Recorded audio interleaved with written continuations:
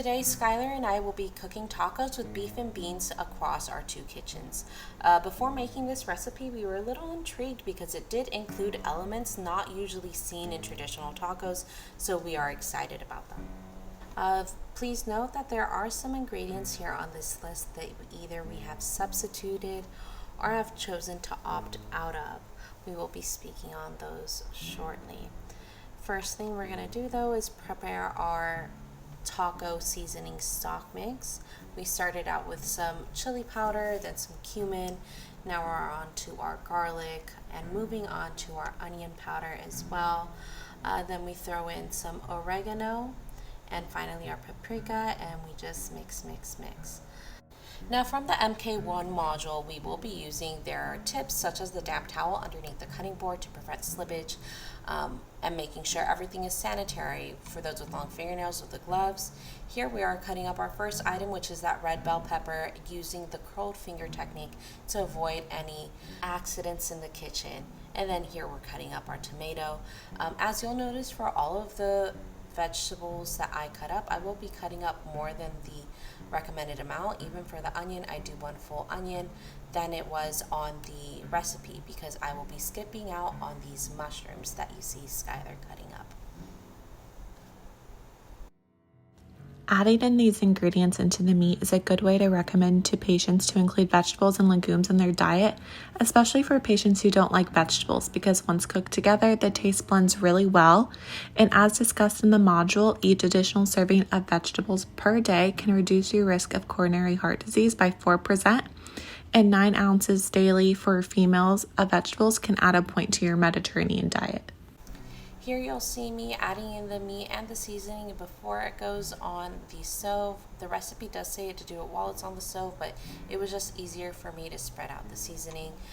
Here we are using our olive oil to sauce up our pans, and again, like stated earlier, I will be using extra of all the other ingredients to make up for that lack of mushrooms that Skylar has. So here we have added our onion, our red bell pepper, and in Skylar's case, the mushrooms. Even though it was via FaceTime, it was very enjoyable to cook with Skylar for this meal. Somewhere along the way, we totally skipped out on the salt, but we ended up not really needing it. It tasted fine just without it, so this meal ended up being sodium free, which is always a good thing. As you can see in my kitchen, I'm using ground chicken instead of ground beef. I personally do not eat red meat, so the substitution is still a good lean choice. And then for my substitution, instead of using 90 to 10 proportion of fat to lean meat, I use 95/5, which is a leaner option.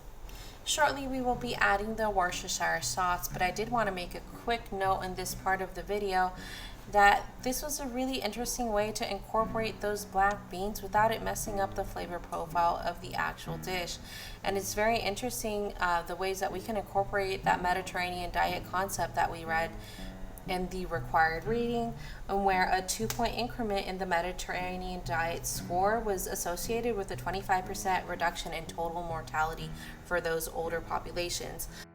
So this clip looks a little funny because there Skylar was cooking a meal for herself and I was cooking a meal for me and 2 other people. So my tortilla flipping looks a lot sped up.